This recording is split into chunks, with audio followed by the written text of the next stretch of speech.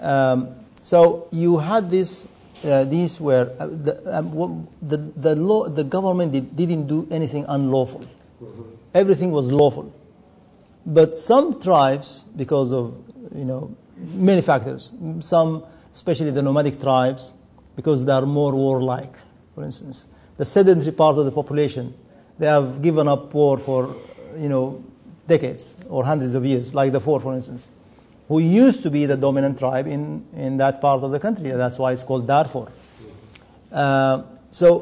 Because through this, the fact that some tribes had access to weapons, and by the way, you don't have to go to the government to get weapons. The region is awash with weapons, and this is a problem for the whole of Africa. The whole of Africa is suffering from this fact. If you go to Congo, if you go to Chad itself, if you go to other places, it's easy to get weapons. It's even to get heavy weapons. You can get mortar, you can get howitzer, you get all sorts of heavy weapons. So some of the nomadic tribes acquired those weapons from the market, from the black market, from Libya, from Chad, from Congo, from Central African Republic, and because they felt threatened by the rebel movements. The rebel movements are also there in the picture. And they are using weapons, which they receive either from the black market or from neighboring, or regional players. That's how the confrontation went wrong, as it were.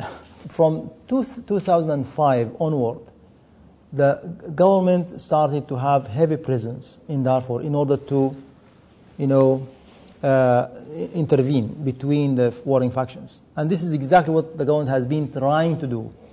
In a territory the size of France, with no infrastructure. It's a daunting job. I've seen Darfur a number of times. You talk about having control over the whole of Darfur, you're joking. No way. I don't think even the United States can have control over the whole of Darfur. So that's when things went wrong. And you had this fighting. The government has never been behind arming the so-called Janjaweed. Janjaweed is a kind of a buzzword used by the media, because it sums up a theory. When you talk about Janjaweed, what comes to mind is the Arabs wearing, riding horses, shooting down Africans. I mean, that's too simplistic.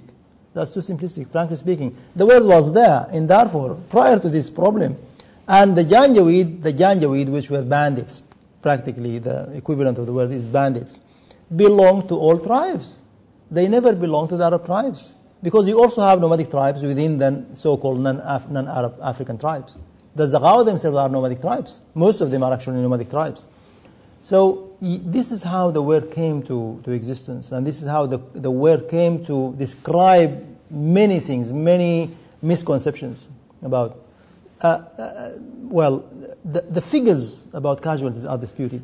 I wouldn't say that the government figures are correct, because even the government figures haven't been collected according to a particular scientific methodology. But the figures of 300,000 casualties, my belief is absolute nonsense.